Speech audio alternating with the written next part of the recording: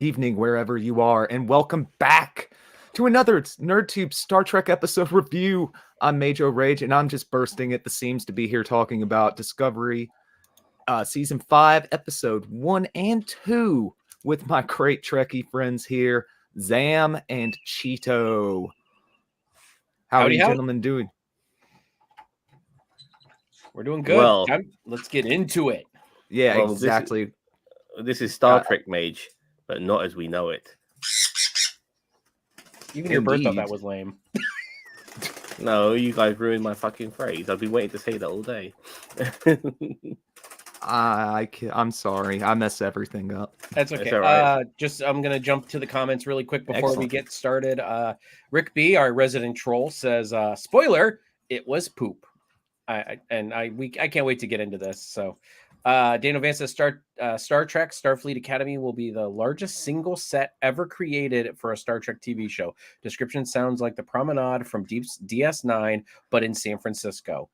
That sounds interesting to me. Also, Daniel Vance says Doug Jones said to be stepping away from heavy prosthetic work to focus more on human roles after Discovery ends. I don't blame him. I mean, like, no. I really don't. I mean, I would love to still see him come back maybe an episode or two in Starfleet Academy, but I don't blame him. That's a lot of prosthetic work. I mean, even that's worse than even Worf or Odo, or I mean, maybe the Cardassians I think they still had less prosthetic work, it looked like. It's not even just that. It's like it's on his legs as well. Like they have to make him stand. He's pretty much standing on the balls of his feet. Mm-hmm. Whilst he's doing that, because that species of his, which I forgot, they're different. They're very unique. Yeah, their legs are different. Yeah, their feet are different. Yeah, it's got that walk. Yeah. All right, Majo Rage, take us into it, bud. Okay. All right, man. So we've got episode 1, Red Directive. It's a good one. I want to get like overall thoughts on it first. I thought that this was a pretty decent way to jump back into a season. It has its discovery issues, but I've just kind of come to peace with them. Overall thoughts from you, Sam? Discovery is going out with a cinematic bang, without a doubt. Every episode almost feels like a mini movie. With I mean, Paramount are really putting all their budget into this. Seeing that first episode felt very Star Warsy. Seeing the second episode felt like Indiana Jones. It was incredible and at the same time bizarre. Very valid points. It very heavy Star Wars vibes in Red Directive, for sure. Yeah. Cheeto? I really like these episodes. Let me be perfectly clear. I like these episodes. However, I also want to kind of echo what you were saying, Mage, about the discovery problems. And whenever you want to talk about those, I am game to go. But I don't think it'll affect my rating of the episode per se, but it's just it kind of makes me glad that the show is ending, so maybe we can get away from some of these discoveryisms. That Strange New Worlds and Lower Decks, and Picard is different like that, but like especially Strange New Worlds, because it's kind of a similar like setup of cast, like the crew members and everything like that. So I'm kind of happy that we're going to get away, hopefully, from the discoveryisms of of the show with it ending. But I'm not happy the show is ending. I want to be clear. Okay, yeah, you want improvement, not necessarily an end. Yeah. I mean, I was hoping. I didn't have much hope. I hoped a little against hope that they might kind of correct course a little bit more with some of these things, but instead we did end up with, instead of exploring characters we already have and know, we've got yet another new character who it would appear is going to be a cast member for all season. The first officer guy, the new first officer. The new number 1, yes, sir, Captain Rayner. Former Captain Rayner. Did he get demoted at the end? No, he's still captain, but he'll be first officer. See, I think, since we're just going all into it, I actually like, and I knew it. I knew as soon as he was being that court martial or whatever he was in, that I knew he was going to be strict. I thought he was going to be demoted to commander, and then I knew that Burnham was going to ask him to be his first officer, because they were, Saru was leaving. So I had that pegged from the very beginning, at the very beginning of at least of episode 2. And I'm okay with it. I like her. I like Raynor. Also Daniel Vance has, Like, you mean him? Did I say her? Sorry. Yeah. Book's outfit from the Sand Planet reminded me of outfit Worf wore when visiting his brother on the pre-warp civilization. Pre-warp civilization. Captain Raynor is a Cylon. Yes, he is a. I've seen the explainer on that race. It was in one episode, which is I love those deep cuts. I love those Cylon. deep cuts. Remind me, Cylon. They had like weird hair. Was it on DS9? Was it? Were they No, it was Cylons? Next Gen. I'm pretty sure it was Next Gen. I thought it was some type of Romulan at first, yeah, but fair enough. Well, and a lot of I people thought he did was a lot of people did go from the previews, which I think I love the deep cut, but at the same time, I do kind of wish he was kind of Romulan, because then kind of Raynor would have been tied into all of, like, he was a Romulan descendant, that left Navarre to join Starfleet. You know what I mean? Like, it would have been kind of a nice tie into all this, but then it might have been too coincidental, because we also have another huge coincidence this episode that we can move into once we are done talking about the new first officer. But I like him. I think he's going to be a good first officer for Burnham. I do like their candor between the two of them. I think it's very good. And I like this actor. I've seen him in something before, and I know I like him too. I've seen him around. Dino Vance says Cylon is from Battlestar Galactica. Oh, I was about to say that didn't sound like the race's name, but I knew it is I saw something on the race, and it's like a deep cut race. I'll look it up while we're talking. And then Nerd Averse says, hello, Mage and others. Just popping, just popping. I almost said pooping. I listened to Zam too much. No alternative motive. Okay, whatever you say. He's here to be his villainous self. That's what he's Debatamania this weekend. Debatamania. Subscribe to the channel. You get to see what that is this weekend. April 6th, 2 p.m. Eastern Daylight Time. All right. Go ahead. Somebody else. I've been talking way too much. No, I agree with what you guys are saying. He's gonna do well for her.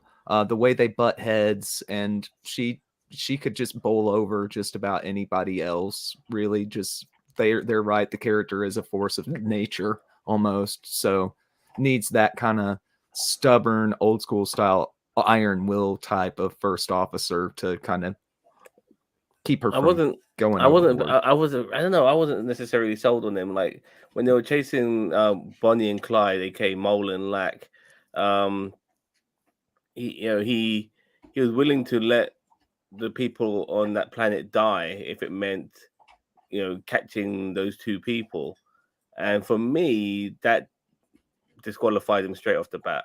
Because you can't say that, because I feel like he reminded me a lot of Lorca.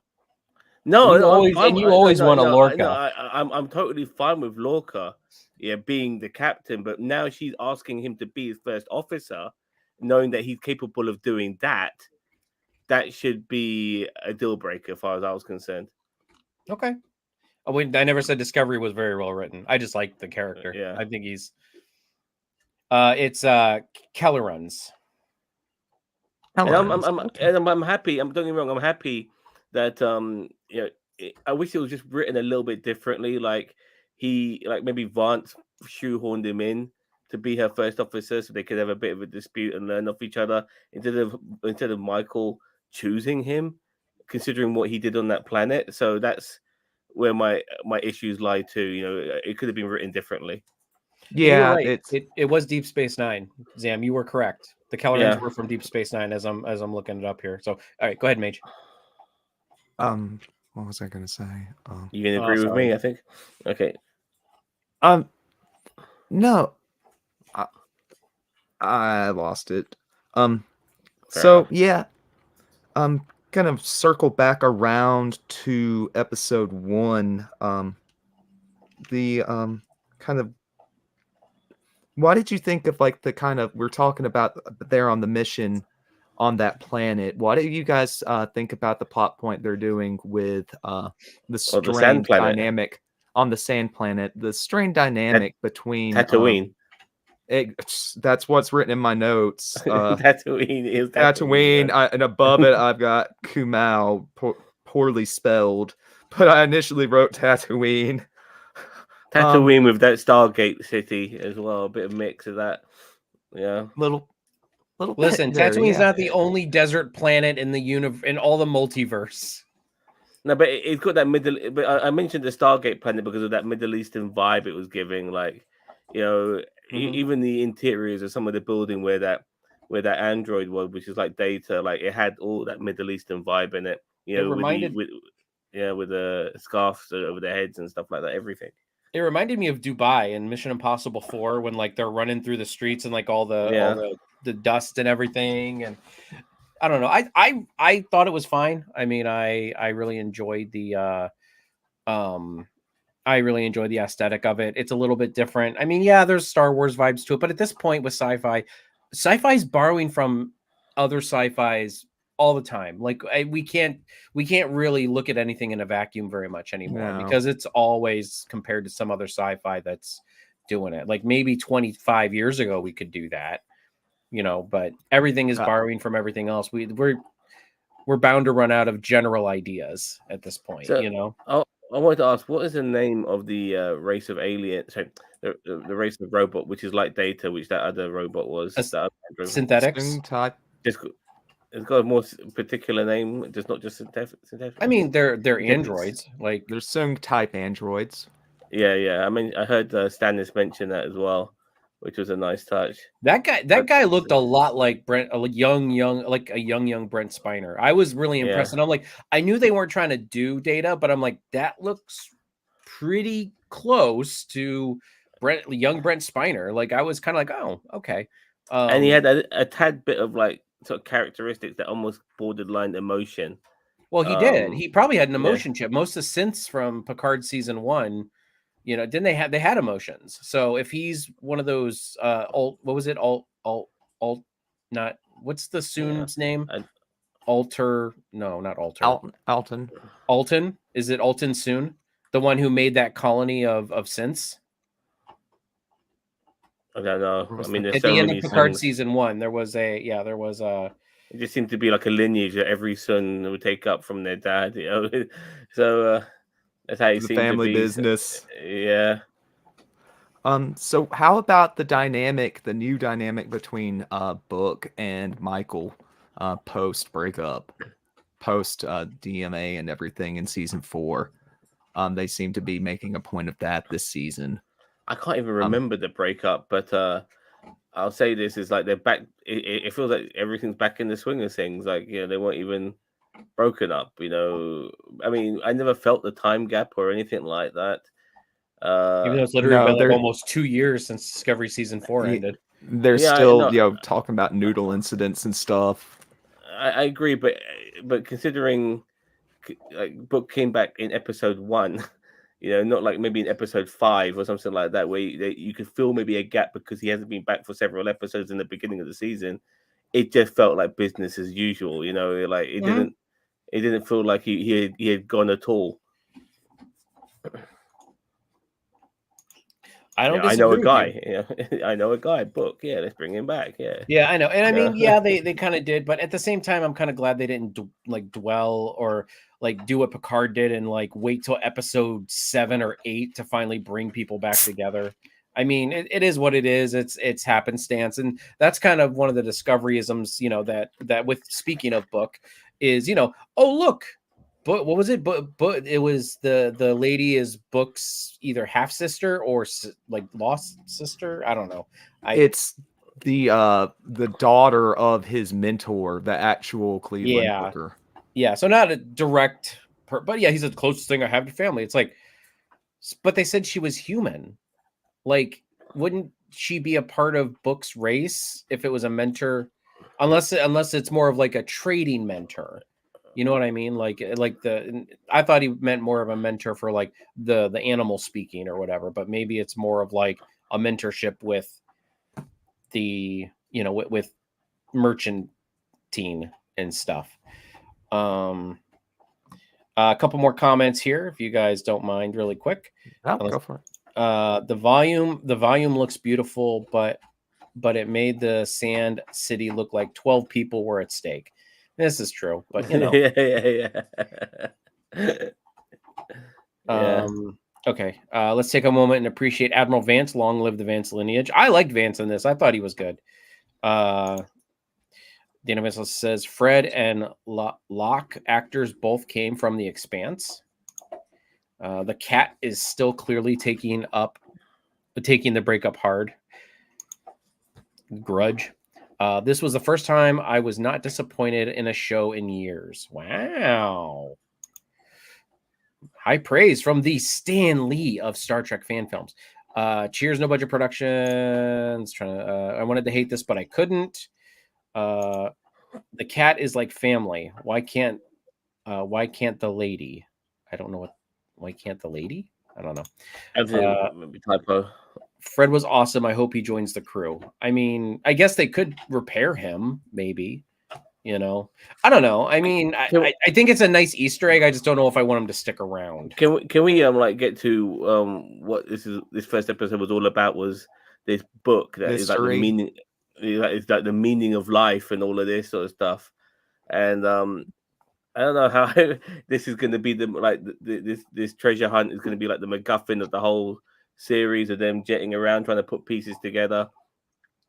And regarding this book and what's it all about and what's going to come from this, it's very unusual. It is. It's very much like the episode The Chase that this they're referencing with it. Where they doing it in a whole season instead of an episode. And losing kind of the Trek type theme and allegory, kind of and lesson of cooperation between people to make things happen, despite race. That you kind of lose it there, and we get the Discovery style spectacle instead. But it's entertaining TV. What I found was they still want to go after that box or that book, which Mole and Lack have. But they already gone through the android's systems and saw what he saw, and so he flicking through the book. So they don't really need the book if they've already seen the contents of the book through the android's eyes. I don't think they need the book anymore. I think they need, because in the end of the second episode they got the poem or information from the stone, and now they're heading to Trill. So they don't really need the book anymore. They just want to make sure they beat whatever Mole and Lack, Bonnie and Clyde. Yeah, Bonnie and Clyde. Yeah. Just call them Bonnie and Clyde from Space Bonnie and Clyde. Yeah. That's their name. That's their official name. When he took off his helmet, like his head was that sort of jade sort of glassy like statue thing, and then it started turning more flesh like. That's what I'm trying to figure out if he's like a shapeshifter or something. Like I that's what I thought when his mask came off, and I'm like, I saw it kind of transform, and I'm like, is he a changeling? Like that would kind of be bad because we just had changelings in Picard season 3. Not that I think that it's bad to have them referenced in more than one show, but one of the main villains of Picard season 3 was a changeling, and now if this main villain is a changeling, it's like, come on, guys, so I don't know what else it could be, but I don't know. Probably something new they've invented, but they're gonna make a issue of a mystery out of his origin and his species for sure. I think we're just gonna call him Morph, and then when he comes out as non-binary, and everybody gets mad. The neck beards will just go nuts over it.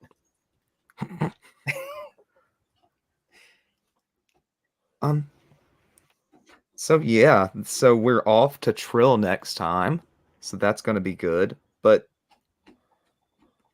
so, do we want to go ahead and talk about Under the Twin Moons, or do we want to talk about more about? I think we're kind of bouncing between the two episodes. Regarding episode 2, like for a start, why is Michael and Saru like the two people who have to go down there, and why is it only them two? You know, that is one of my There's- my discoveryisms that I was going to bring up. I'm like, episode Because- 1, you've got Book and Burnham going down, and then what's his nuts? Reigns comes down, and then in episode 2, it's Saru and Michael, and it's like, can we have an away party, please? Like, why are the two highest ranking people on that ship in the command structure on that planet? Like, it's isolated at that, but it's because they need those two to have their character moment together now. So they wrote it that way. It's completely, kind of. They don't worry about giving. I would have had Tilly on the planet. I would have had Tilly, Saru, and then I would have had one or two other like from the bridge, or at least some of the other crew. You know what I mean? Like one of the red shirts could have died, not like a main character, but like one of the even a secondary character. But like you could have had a red shirt that that fourth person that's in the party. You have no idea who he is. You know he's gonna die. And then you could have like one of the that security officer. I don't even remember his name. Is it Reese? Is Reese security or? No idea. I think he's head of security. Yeah. So then you have Reese with him, and then you have Saru and Tilly. I think that would have been a good party, and I think that a moment between oh my god, I just saw what Daniel Vance said. Tilly's hair could not have taken that planet's humidity. It looked like me in Missouri. It's 32nd century. That's probably not even her real hair. It's probably like a programmable matter wig. Well, in episode 1, they took 2 of the bridge crew with them, and they ended up getting shot, but somehow not killed because they were put in some status field, which was a bit weird. Why not? Either they not get shot, or if they do get shot, they get killed. Why put them in that predicament? Obviously, because they needed to write them off the screen for the moment, so Burnham could have her moment, moment on the ship. That's not. She gets the floor blown under her and blown into space. So and now all of a sudden, the automatic spacesuit. Okay, I'll forgive automatic spacesuit. Going at warp speed. I'm sorry, that bothered me so much. Oh my god, that bothers me so much, man. Like, that would rip her apart. Can you guys think of a precedent in this she's show? riding it like she's riding that spaceship, like she's like on a rodeo in the stars. No, I mean if she's in the warp bubble, then she'd be fine.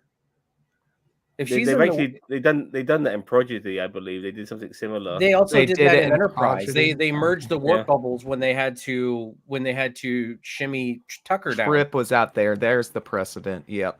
So yeah, I mean it's as long as she's if the warp bubble is an actual bubble and she's in that bubble, then yes. But like some warp bubbles kind of are the shape of the ship as well. So it's like, yeah, if that were the case, she'd be I mean, never mind that it looks like hyperspace too. You know what's so unique about Discovery compared to every other Star Trek show is that the bridge crew is usually the people we get to know and quite familiar with. But in this show, it's the engineering crew or the science officers in another part of the ship who we focus on, whom we're familiar with, like Stanitz and Culber, and oh my god, is it Ezra, or what the hell the name is? The non-binary person. I don't remember. Got the troll symbiont in her. And, isn't her name Tall? I can't remember, but I mean, but those are the Tall characters. was Gray's last name. Was it? Okay. Yeah, but we get more focus on these people who are not on the bridge than the actual people on the bridge. That's a good point. Who has always been like a factor within Star Trek. So that's the most unusual thing. But yeah, just seeing Michael like doing that stuff in space was absolutely hilarious. But her on that planet, it was a fun like moment, but it wasn't for me. It wasn't like that was probably like the point where I like walked away and like did something, because I'm like, okay, here's Burnham doing her Burnham things. You know what I mean? Like here's I don't. I mean, we haven't. It's like.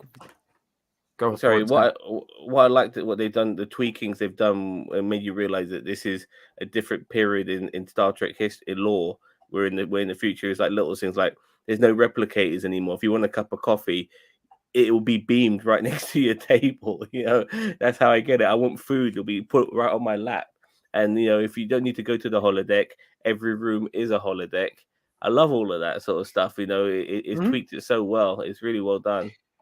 No, they did a great job of like elevating like the tech level, Yeah. because we can conceptualize the kind of tech they've shown us, traditionally, up through the 25th century, now. And so it's hard to be speculative with like advancements in tech and stuff. But the neat thing is like science fiction puts the idea out there, and it then inspires people to eventually make it happen.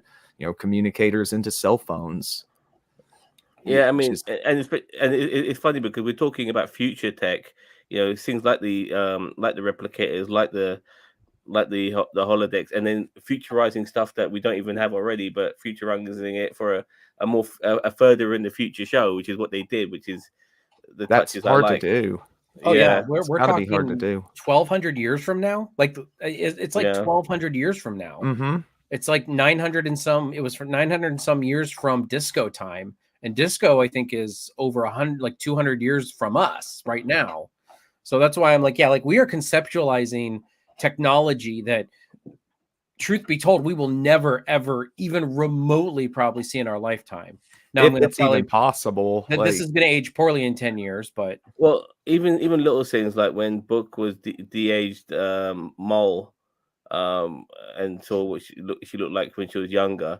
We've already got that technology now where we can de-age people's faces or age people's faces. So it wasn't out of the realms of possibility for him to do that then.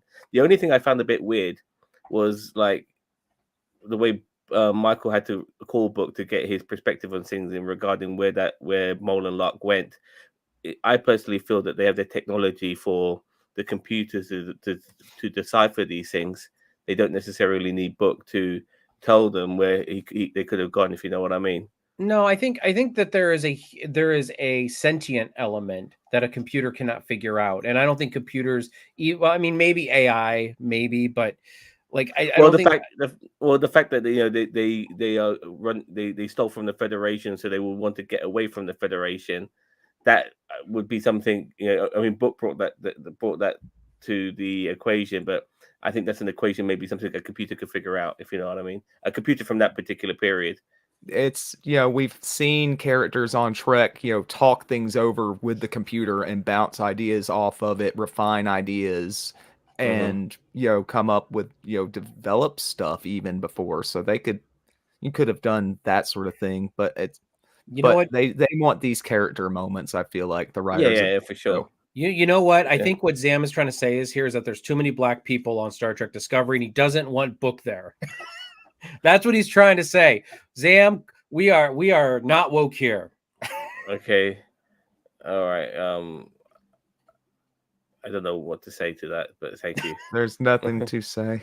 Any first time watchers, I'm going to go under the table right now and just disappear. Hide. There we go. He's being completely ironic. There you go. That's a great picture right there. All right. Mage, you have any other like notes or anything you want to bring up, or if I could add some more things still, like well, instance, when they were on that planet, the jungle planet, the Indiana Jones planet, whatever you want to call it. It's Thanos' retirement planet. Kind of look like that to me. Well, the incidents that happened to them, like when they went to that statue and all these drones started coming after them, it reminded me of that TNG episode with Riker when he's on that planet and those robots, those drones are coming after them, and it was a planet that was trying to sell like weapons, I think, or defense. It was a selling planet, and that's the vibe I got from that, obviously. But, well, as we were saying, like it's hard to not compare even Star Trek to itself. You know what I mean? Like there's just so much ground that's been covered between sci-fi and even Trek itself that it's hard not to just compare, even in general senses, to other Star. Like, yeah, they were doing this kind of stuff in like the Next Generation. Now it just looks prettier. Nothing new under the sun. It's so hard to be original when writing. You just got to find your way to put yourself into the work, I guess. But what I want, as there's definitely an Indiana Jones vibe, going on with this particular season, is that I want when they go to Trill, I want a space map, and I want Discovery with a red line going across it. Going to Trill. Play a heroic theme. Yeah. So you can, so they're from that part of space going all the way to Trill, and then and they find and they're looking for all these MacGuffins and stuff like that to piece together and stuff. I mean, there's 5 pieces. They'll probably find them during the course of this particular season. Well, I'm hoping that gets us to episode 7, where we can like kind of have a big reveal and find out what's going on, have a climax to the season, 2 episodes of denouement. Well, and that's what I'm kind of hoping is like, that we're going to Trill next episode. Like I kind of hope that we do. Like I've kind of wanted that grand tour of the 32nd century, where the following week it's going to take them somewhere else that we kind of know. Like, okay, the first 2 episodes were worlds we weren't really familiar with. That's fine. Give us the new. But now, like the following, next week we're at Trill. Okay, then the next week let's go to Ferenginar. Like let's say that the next artifact is in a museum in a one of the Grand or in the Grand Nagis's hall of. That's what I want. I want to do a heist episode. A heist, yeah. We can do like a grand tour, like Dragon Ball GT. Remember how successful that was? Well, I would love them to go to Earth. At some point. I don't want this to involve Earth, only because everything revolves around Earth in Star Trek. Even though we're supposed to be like. Well, it just says there's 5 pieces and stuff like that, and it feels like this like all these bits and bobs are spread across the universe in order to find them.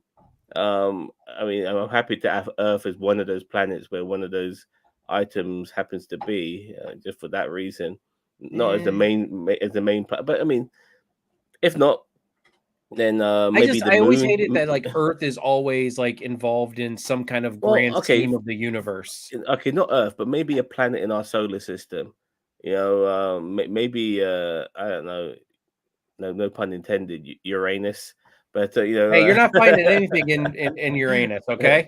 But or maybe a particular moon, like the moon at Titan, or something like that, where there was those rebels in the previous season, something along those lines. That would be pretty cool. Maybe on the dark side of the moon, maybe there's a bunch of like robots that have been laying dormant there for centuries, and they activate them, and well, I mean. It's funny you say activate. Like, are you thinking like this is going to be accidentally like some sort of ancient weapon vibe? Like somebody is going to try to weaponize this progenitor tech. I feel like David Cronenberg. He's all. I feel like it's going to be like a Genesis type thing on a larger scale. Because they were talking about the implications of this, and they were talking about it being able to create races and stuff like that. Like, I feel like this is definitely something that might be able to do the Genesis effect on like a larger scale. Like they could probably wipe out. See, I don't know, because it's not like planetary. It's more like they're seeding life. So I don't know. We're just gonna have to get more information on this technology. I mean, maybe they're talking about like being able to like rewrite genetic code a certain way, making like a super race, not just augments soon, Noonan's Khan and stuff like that, like actual like genetic, like, I don't know. Do you guys remember the episode of TNG that they mentioned? Yes, I remember. It is a very infamous episode, but I can't remember it. I can't remember it at all. There was like 4 races there. There was Romulan, Cardassian, Federation, and was it Klingons there? Or was yes, there was a Klingon. I think it was a Klingon scientist. Okay. I know that there were 4 races there, and they all got to the one point, and it looked like the founder, the changeling-looking race that we saw in these episodes, was the one who spoke to them. And they're like, "Hey, look, we're hoping that you all had to come together and work as one to find this message from us and try to teach them a lesson." And everybody but Picard was just like, "Well, that's ridiculous. We're not doing that. We're gonna keep on hating each other and wander off." Yeah, the Cardassians and the Romulans were very resistant to it. Klingons were just like, "Oh, this is." I just couldn't remember if it was honor. Yeah, it should have been the Ferengis. We'll sell it. we'll sell that hologram. We're gonna put Kira and Neresa's head on it and sell it in the holodeck. Poorly photoshopped. I really need to rewatch that episode just to get a better gist of. It is a good what we're episode. I mean, it's definitely Yeah. worth watching again. I mean, I remember it. I don't remember details, but I do remember the episode. Dano Van says it could be a racial blending technology from Prodigy that helped give Dal more racial abilities. That's true.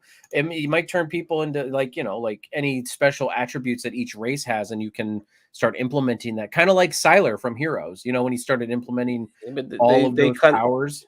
But if they wanted to, they could look at like the transporters as a way of doing that, because they were able to But blend people together using the transporter, and it's happened in the past. yeah, but And that so did not there's go something- very well. I mean, yes, it No, worked for but I'm Felix, just saying that it's a starting point. It's a blueprint. Yeah. If they wanted to go in that direction. What was one of the other issues I had? Now I forgot. Thanks a lot, guys. We got all this great conversation got in the way of my point. Well, I you're a bit hammy today, mate. What's that? You not had your coffee or anything? Huh? What? No, I don't hammy? know. I don't know. I'm not. Yeah. But regardless, what I'm finding with Discovery generally is that it does feel more like movie Trek and not like series Trek, because it is so action packed. Mhm. Yes. Are we gonna get any somber episodes where we're gonna be having more scenes of dialogue and communication and diplomacy and stuff like that, more classic elements of Trek? I thought the beginning of episode 2 was kind of like that, like when they had the court hearing with Rains and everything like that, and I felt like it was. I thought the beginning of episode 2 was pretty Trekky, and honestly, I don't mind action in my Trek. They just need to balance it well. It can't just be all action and I'm just saying, been go pace wise too. It needs to breathe for a second. Yeah, Mm-hmm. a whole episode of Trek where people are not running for the hills. They're not on their speeders or whatever. Not getting blasted at by pistols. Just something where it's more courtroom drama-ish. Something along those sort of lines. If we could get an episode like that of Discovery, it'll be that'll be a pleasant surprise, because right now it seems to be very balls to the walls. And with this premises of them, jumping from different parts of the universe to piece together this MacGuffin, I think it's going to be quite action packed throughout. That's just my opinion. Yeah, no, you're probably right. I agree with that prediction. And it's just that's kind of how Discovery is. It can't do it wants to do its character stuff and have its touching moments, but it's not comfortable being itself that long, and then you got the obligatory action. Well, I feel like Discovery is like the personification of movie Trek on TV. You know what I mean? Like, I really feel like it is. I also like, before Daniel Vance mentioned this, but I did at one point when this is Saru's. But what made this brought to my mind, but I did forget about this. Saru, this is your last mission and all of this bollocks. Yeah, of course he's gonna fucking die, isn't he? I mean, that's gonna be the case because it's his last mission. And then at one point when Michael is trying to deactivate those drones, and we see Saru being flanked by them, and we don't know if he's dead or not. I thought that might have been a good indicator that he was going to die. And glad, obviously, he didn't, because I'm glad they didn't go with the cliche. It's actually it's better when they don't cliche things. If anything, they were fooling us with the cliche that he might have died, which is much better, in my opinion. I didn't. I was like, why are they trying to make me think he's going to die? They're not going to kill him this close to the end. It's just like it's like Saru's always kind of had plot and tone armor, and I didn't expect them to do it, to just renege on all of that at the end. But I don't think it would have been surprising, but not in a good way had they done that. So I agree. Yeah, I agree. I'm glad that I agree that it was good that they didn't, that they subverted the expectation. It would have been a bit of a revolt from the fans if they did that. Obviously they would have to accept it, but he's beloved. Yeah, he's beloved in a way, and to kill him off. I mean, look, I'll be honest with you. If they did kill him off, I would have a problem with that, but not in the second episode of a new season. It's just too soon. I have been thinking about this though, about who's going to die, and even though it's not the final, or even though when they first filmed this and wrote it, it was not the final season. I would almost put my money on Book dying, because he's eventually going to catch up with the childhood, or the mentor daughter or whatever, and she's going to kill him, and that's going to put Burnham on the warpath. My money's on Stamets dying by the end of the season. Really, Stamets? Yeah, I hope not. I like Stamets. Poor Cole. He is worried about his legacy and everything. That seems to be where they're going with his arc. Okay, but that also brings up a really good point, though. Did they not at the end of last season say that the spore drive was fried?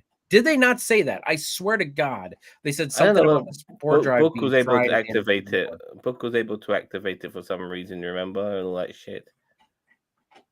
It was in Book ship, but Book ship is gone. I don't know. I can't even remember the ending of season 4 other than the big reveal at the end when those aliens met the humans, and that's it. And they resolved their issues. That's all I remember. Everything else is. Yeah. The thing that stands out about 4 in my mind is the whole trying to decode it. That's the only thing that's like I hung on to about it, apparently.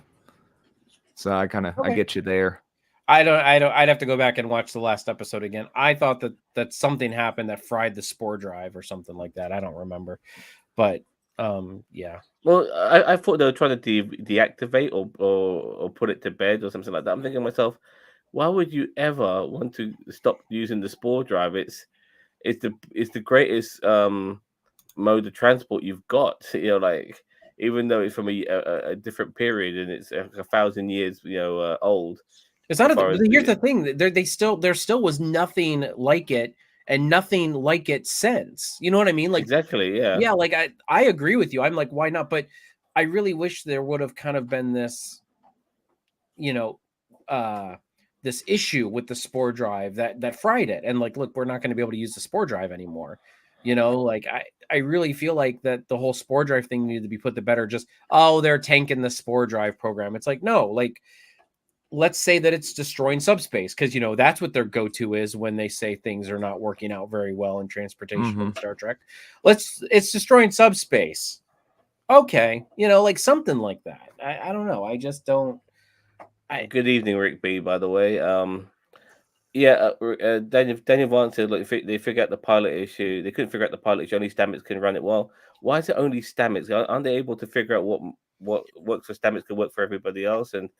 And you won't live forever, and you can't run a fleet. I mean, obviously, Book can run it.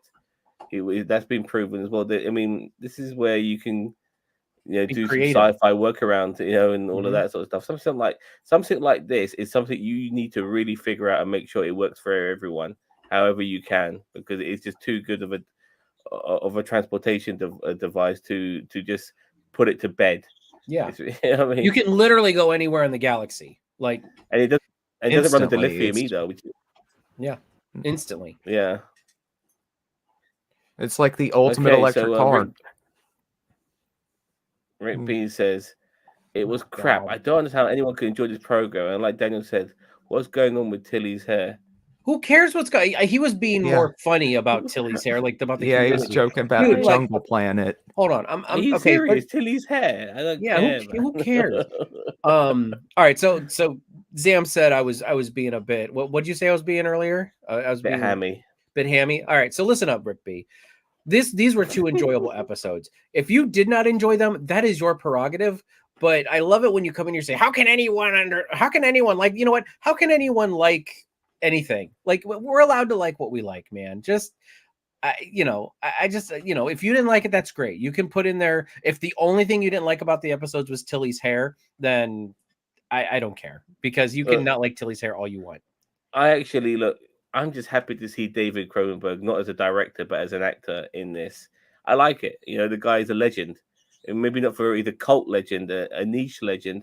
Not everybody can understand who David Cronenberg is. I do, from things like Nightbreed, which he was in playing the psychotic shrink, to things like the Naked Lunch, which is one of the most bizarre movies ever. But David Cronenberg's the man, and I'm really happy that he's in Star Trek. Love it. But his intent. You know what? I'm gonna wear a Tilly wig every time we do a Star Trek review now. But you know how cliched it is in television films and stuff that you've got this old sort of Secret Service CIA type character like David Cronenberg is. Everything's on a need to know basis and whatever. You almost feel like he's working for a higher power, higher industry. Who the hell are they? We don't know because of, like Section 41. It's all of this sort of stuff. Everything's on a need to know basis. It's classified above your pay grade, even though nobody gets paid anymore. All of these sort of things. It's it's cliche, but it's interesting at the same time. Okay. I definitely want to find out where they're going with him. If they ever, I think they'll leave him mysterious for the sake of mystery. You know what I wanted to see? Oh, I was actually I'm bringing something up about the Infinity Ring. Hey, Mage, did you hope to see Goku training Gohan in the Infinity Room? In the background, training him to go Super Saiyan 2? That would have been great, man. Just sparring, fly by. The hyper, it just so reminded me of the hyperbolic time chamber when they said, "Oh, it's just this void." I'm like, that's a hyperbolic time chamber. Like, anyway, I think the Infinity Ring Cronenberg characters passing around is far more important than we realize. Yeah, by the way, it's so funny at one point when they went into a room and it reminded me of the Matrix simulation program. That's what we're talking about. Yeah, was that because did they beam themselves into that room, or when they touched that little thing, whatever it was, that brought them into the room? I have no idea. Can somebody explain? It was an Infinity Ring. It's just something that transports you to a specific place. I think it's a place between, like a space between or something like that. You know what I mean? Like, fair enough. But it's kind of the same deal as like the hyperbolic time chamber. It's kind of probably like the space between like this other dimension or whatever. Like, but it's like a void. Like, although how are they breathing? I don't know. Let's not think about things like that. It looks cool on screen, man. Go with it. Just it's go a with white it. screen. Hey, everybody likes white things on the screen. Okay. Remember, Rigby. Before you joined us, what we mentioned is that Discovery is different to other Star Trek shows because Tilly was also part of the engineering group of the of science officers and so on. Those people get more focused than the bridge crew. And the reason why probably Michael Burnham is an unlikable character for certain people is that there is a bridge crew, and as Vance Major said, we don't even know their names. 5 episodes in, and I am blank on nearly all of them. You mean 5 seasons? 5 seasons in. Sorry, and I still draw a blank on these people when that shouldn't be the case. And those are issues that we have acknowledged in the past, but I don't think that, like, at this point, and this is kind of back what I was saying at the very beginning with the Discoveryisms, I'm kind of glad the show is ending so we can get rid of the Discoveryisms, like, this bridge crew that we keep desperately wanting to know, and we never will. You know what I mean? Like, we will never know them. Yeah, so engineering, it's like, no problems. We'll know Captain Raynor, damn it. Yeah. By God. I think they've been into the ring and it's a TARDIS type place. Might be. Yeah. Okay. Well, they were able to shrink them. I mean, they shrunk themselves. Yeah, well, it would be bigger on the inside, so they say the same. Did they? Well, wait. Did they transport, or did they like consciously go somewhere else? Like, were they still standing there, or did they transport? I don't remember seeing them disappear and reappear. So was their conscious? I mean, this is 32nd century tech. Was their consciousness kind of wired together, kind of like a board collective, like a temporary board collective, where they were just? Well, they're like a little hologram simulation just around them with their No, yeah. I'm more talking about like their consciousness was in this area while their bodies still remained. Or did they actually teleport to the Infinity Zone, or what is it called again? I don't remember what it was called. I don't know, but the White Room is the Matrix simulation program. That's what it is. It was so cringe the way she walked through the window on the bridge, and I liked that bit. Oh, that was great! I thought that was cool. That was badass, man. You know, I mean, come on. I mean, that's almost like Picard doing the pull, man. Like, and look, as I said, I can understand why people find he would like it. Michael Burnham unlikable. I personally don't, but I can understand why people do. But that's more to do with the writing than anything else. You know, it's the writing, and not it's seeing not that Martin Green it's not that she's unlikable. She's just on our screen too darn much. Like doing we want. everything. Yeah, she Everything. is literally doing everything. Like she is the one woman show of Discovery, and that's the only problem. And that's a writing problem. That is not a actress problem. That is not even. I mean, it could be a producer problem, but that is a writing problem where they have to like always have Burnham in a scene. Where I think that on that jungle planet, that Endor looking planet, it should have been Saru, Tilly, Reese, and someone else. You know. I would first of all, when you're going on a mission like that, take about 20 guys with you, not 2. You know what I mean? Like take a whole Need a security squads. a squad, everyone watching each other's back. You're going after some major criminals after this very important MacGuffin, and this planet's full of booby traps and God knows what. What there should be more. There should be plenty of you people all watching each other's back. I mean, there should be a platoon of Starfleet officers there, not just 2 people that happen to be the captains, for Christ's sake. Right? Ridiculous. Yeah, ridiculous. No, and that's a writing problem. That, as I said, I mean, it's I make no excuses for it. The writing of the show, as I said, there are some Discovery isms that I am glad that will hopefully be ending with this show. But that does not mean I want the show to end. That does not mean I want Burnham's, I don't think that Burnham's like a good captain or anything. Honestly, I think she's actually the past 2 seasons she's proven to be a good captain. Yeah, it's just that we got more of Saru's girlfriend than we have of everybody of the bridge crew. Like that would have been a great, like, get 3 or 4 of the bridge crew members to go down there to get this MacGuffin or whatever. We get to know them just a little bit more. This is the final season. Let's get to know them just a little bit more before we say goodbye to these guys forever. You know, no, they won't do that. No, I mean, you're actually, Sam, you're right. I never thought of it like that, but you're 100% right. Like we know the science engine, like the science/engineering team, better than we know the bridge crew. Like we know Stamets, we know Tall, we know Tilly, we know Colbert, which is technically medical is science, kind of. You know what I mean? Like it's kind of sciencey. We know all of them way better than we know the bridge crew. And the other lady who they saved in season 2. Oh God, I can never remember her Jet name. Reno. Yeah, Reno, Jet Reno. Yeah. Jet Reno. It was a great name, by the way. Jet Reno. Like awesome. That's a real name, I think. I don't think that's a Star Trek name. Is that it might as well be. I mean, if that was my name, I would just be like, yeah, you use that on screen. We're using that name. I think all I know is that she's got a very cool name that could sound like a Star Trek name or a Star Wars name. Yeah, so regardless, anyway. So yeah. All right, so we got about 8 minutes left. Anything else? Final thoughts. Yeah, final thoughts. Wrap things up.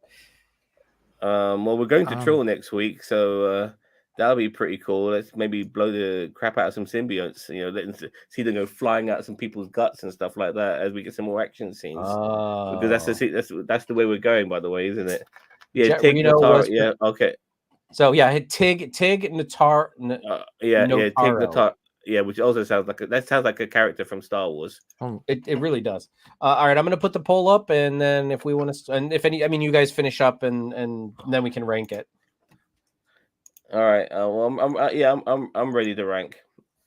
Okay, I've got nothing left. Cheeto, you have any final thoughts, or do you want me to kind of? No, I think I've talked plenty. Okay, well, Zam, your mark then. I'll mark both episodes if that's all right.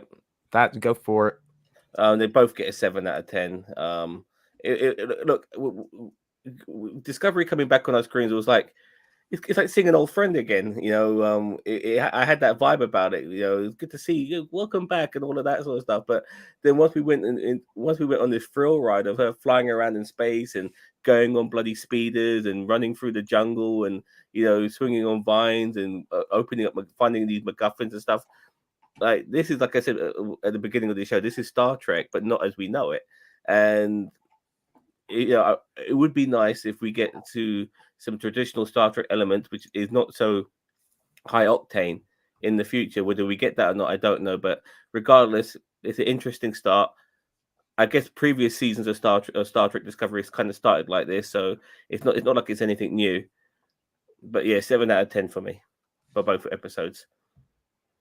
Very good. Cheeto? I'll probably give it,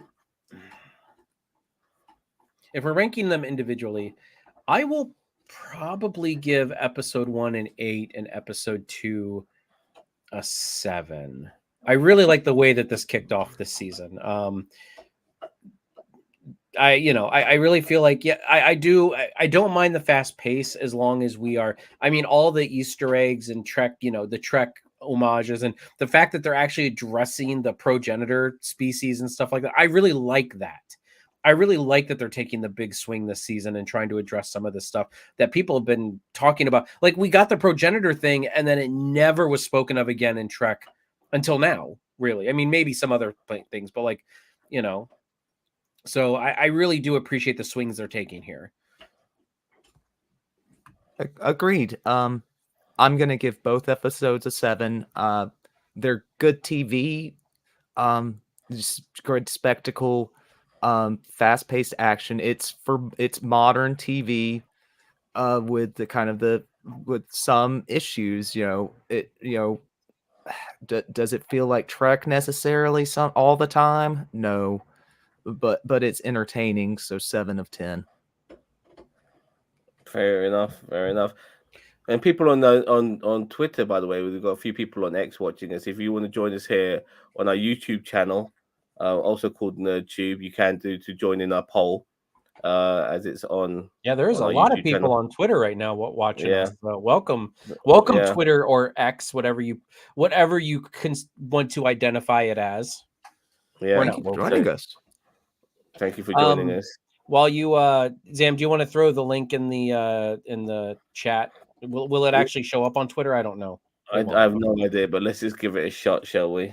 Yeah, I don't think it'll show up. But anyway, this tomorrow we've got our World's Gone Insane podcast, which is everybody, which is, it's kind of like a general topic. We talk politics, we talk everything like that. But this Saturday we have Debatemania, and boy, are we excited for it, because we have got several matches on the card. We've got a Trek tag team match where we've got two people on each team talking about Star Trek Prodigy. I'll leave it at that, kind of leave some wonder. We've also got a steel cage match, which you'll see how that works in a debate format, with Majo Rage and The Block. And they're talking about Final Fantasy VI versus Final Fantasy VII. And our one of our other matches is going to be myself versus Bossman, whether or not Roman Reigns is a snore fest or not. So it'll start at 2 p.m. this Saturday, Eastern Standard Time. It is one of our events. We're doing them. We're either doing them every 6 months or once a year. Depends on how annoyed I am with the scheduling of it.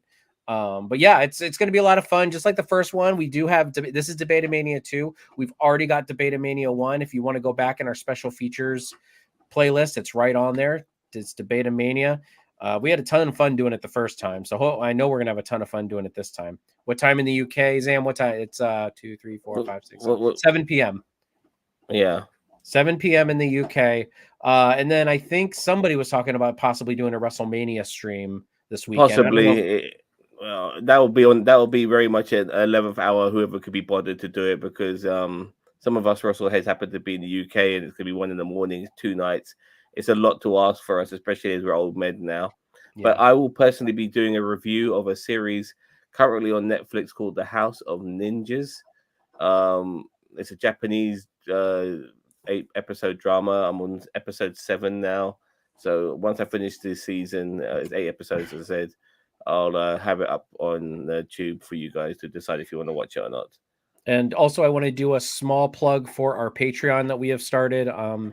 We're not begging for money, but if you want to support us and what we do here, every little bit goes a long way. We are starting to upload some things, like some Patreon exclusive things. All of our normal content that you see on here, like fan film reactions and reviews and stuff like that, that will always be here on YouTube for free. But our Patreon is more of like, we're probably going to be uploading just some special stuff, some little things, from here and there. I mean, it's as cheap as $1 you can per month, or you can support us up to, I think it's like $20 per month. I think I'd have to go and look. I don't remember. If I can interject here, Rick B, I will be doing a review of Shogun. I'm watching that at this moment in time. It is absolutely fantastic. and I can't wait to review that for this channel as well. And also, I recently bought a solar oven. Unfortunately, my unboxing video of that kind of got ruined by my gimbal. Apparently, this is a really good gimbal. It's apparently supposed to be really good. I'm looking at reviews and everyone's loving this. I think this is the worst thing on the planet personally, and I need to get a new one. So it ruined my unboxing video and it paused my clips, which unfortunately meant that I wasn't what I thought when I thought I was recording and unboxing the video, I wasn't recording anything. So that's unfortunate. Sounds like but user error to me. Yeah, regardless, I'm going to cook a pizza in my solar oven, and that will be exclusively on the Patreon if you want to see yeah, that. Zam food Nice. reviews on Yes, yeah. It's not a solar powered oven. It's a solar heater. It doesn't have any like electrical components. It's basically a box with a mirrored top and mirrored on the inside. And so when the sunlight hits it, it hits all the mirrors, causing some sort of fusion, generating combustion thingy, and heats up the food in the most natural way possible with zero emissions. It's as Greenpeace as you can imagine, baby. You know what I mean? All right, So, yeah. Major Rage. I think that's it. I think we got all the plugs out. So Major Rage, take us home. All right, excellent. You should subscribe. Well, let's share this out, please. But most importantly, take care. Until next time, thank you for watching NerdTube, the greatest channel that you maybe sort of kind of heard of. Live long and prosper. I can't